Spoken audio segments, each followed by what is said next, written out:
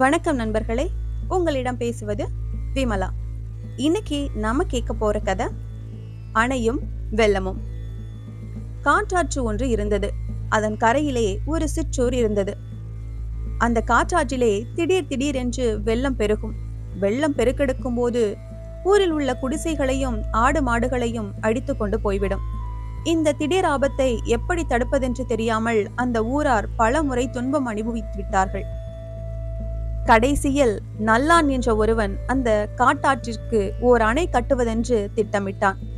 ஊர் பெரியார்களின் அன்பும் ஆதரவும் இளந்தோழர்களின் ஒத்துழைப்பும் கொண்டு நல்லான் அந்த அணையை கட்டி முடித்தான்.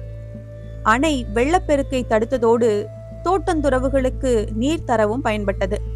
அதற்கு நல்லான் அணை என்று பெயரிட்டு அழைத்தார்கள். ஊரார் அவ்வப்பொழுது பழுது பார்த்து அணை உடையாமல் பார்த்து கொண்டார்கள். நல்லான் மூப்படைந்து இறந்த பிறகும் அணை இருந்தது. பாட்டிமார் தங்கள் பேரன் பேத்தியர்க்கு அந்த அணைக்கட்டின் வரலாற்றை கதை கதையாக கூறுவார்கள். நல்லான் செய்த முயற்சிகளை கதை கதையாக கூறுவார்கள். நல்லான் இறந்து பல ஆண்டுகள் ஆகிவிட்டன. ஒரு நாள் முனியன் என்ற ஒரு இளைஞன் அந்த அணைக்கட்டின் பக்கம் சென்றான். அதற்கு முந்தைய நாள் வெள்ளம் வந்து அணைக்கட்டு நிரம்பி இருந்தது. முனியன் நீர் நிறைந்த அந்த அணைக்கட்டை பார்த்தான். அவனுக்கு மனதில் பொல்லாத ஆசை ஒன்று தோன்றியது.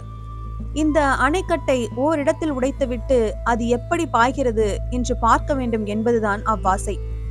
ஒரு கடப்பாறையினால் யாரும் பார்க்காத போது அணைக்கட்டு சுவரை பெயர்த்தான். சிறு துளையின் வழியாக நீர் குபு குபு என்று பாய்ந்தது.